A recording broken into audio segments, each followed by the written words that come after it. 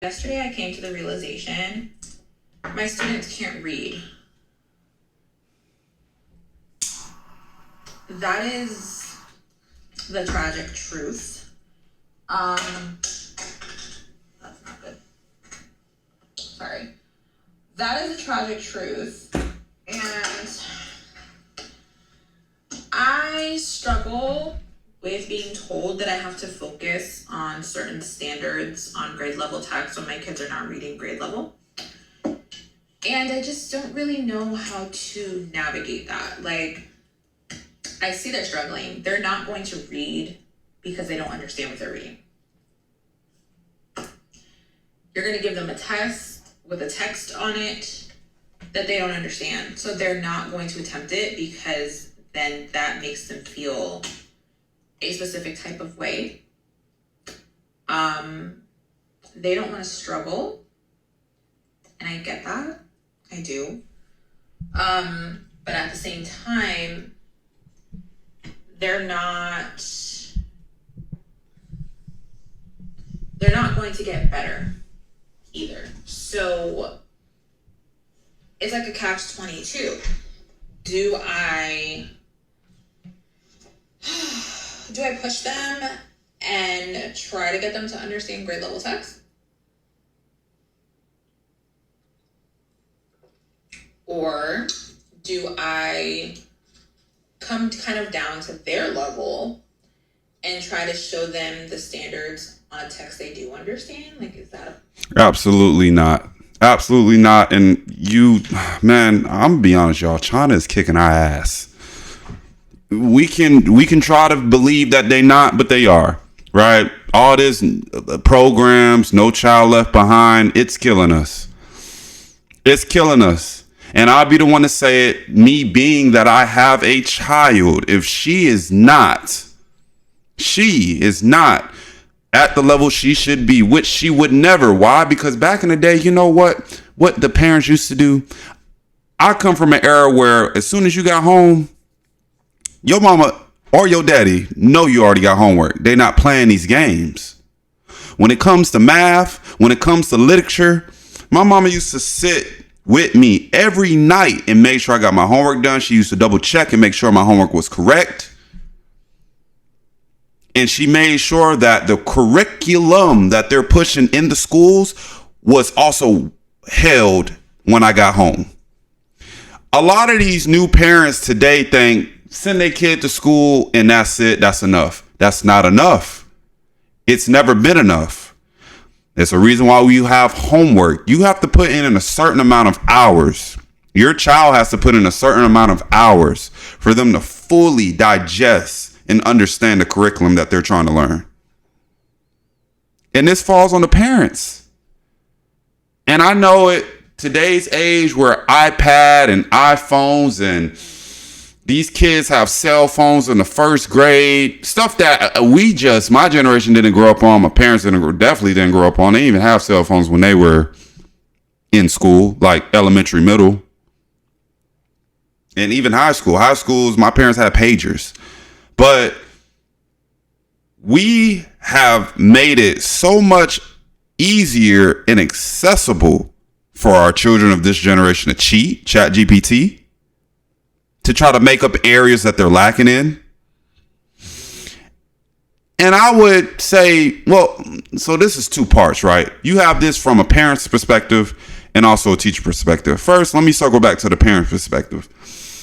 This generation of parents just are not caring. They're not caring.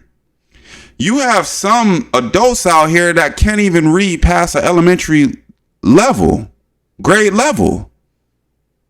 They're reading on a second and third grade level as a grown person, a grown adult, and you expect their kids to then now be able to read on par, have a good Lexile score, as they call it. It's sad, man. It's sad. The second part to this is the teachers. Some of these teachers don't care. And that's why we see more and more today. Does it make sense to put our kids in private school? And even sometimes even the private school's not even doing what they're supposed to do.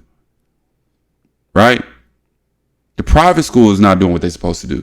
And I don't want to hear Shaquisha and Shaquanda talking about something. Well, I'm a homeschool them. And again, you can't even read past the 5th grade level yourself. It's sad, man. Is that a possibility? Like, I don't know. It's a really difficult decision to make as a teacher, because you're told that they need to be reading grade level text, but at the end of the day, they don't understand the grade level text. So in reality, like, what are we doing? Yeah. And reading isn't just about reading, it's also about comprehension. It's 2 parts to that.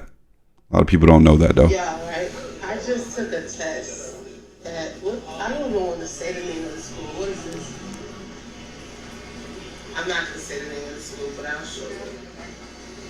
And it's a high school, clearly. Everyone can see. Yo, we were in the classroom, and I'm reading the prompts on the walls, and I mean, it looked like a 1st or a 2nd grader wrote it. It was asking you questions like, I'm sorry, that's not funny.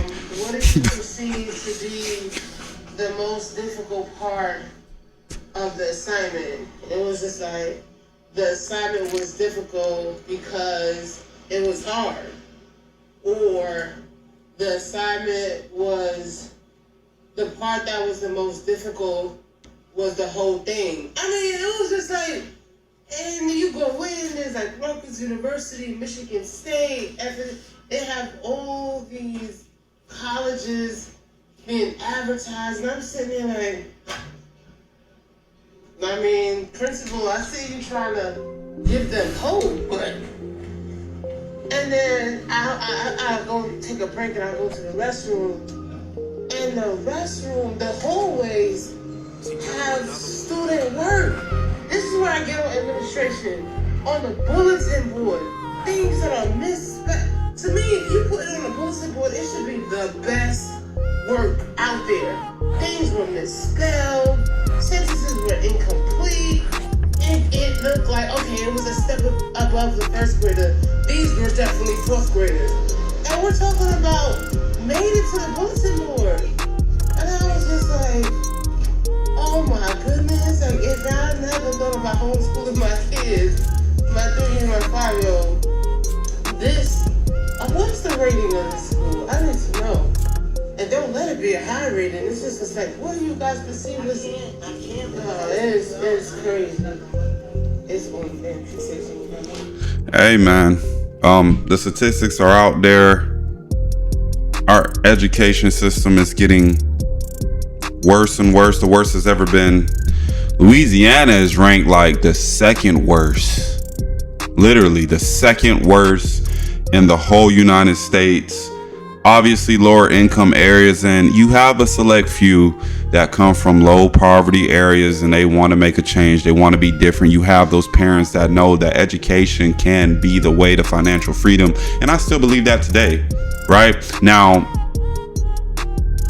you look at old videos, I talk about college and how I think it's a scam. Right? College is a scam for the people that aren't required to be doctors, lawyers, accountants, like real high level occupations that actually do require a lot of study. Everything else, you go to college, get a water basket weaving degree, art degree, music degree. Like, come on, what are we spending tens of hundreds of thousands of dollars for when we can go to a trade school, or you can cut out the first 2 years of the BS in college and focus on the actual core curriculum of what's going on. But neither here or there, we are failing our younger generation. I'm very, very, very, very pro-education. Very pro-education. Mom was pro-education. I'm pro-education. Although I do not utilize my degree anymore today, I will say what I've learned within my degree has segued into other aspects of my life and business.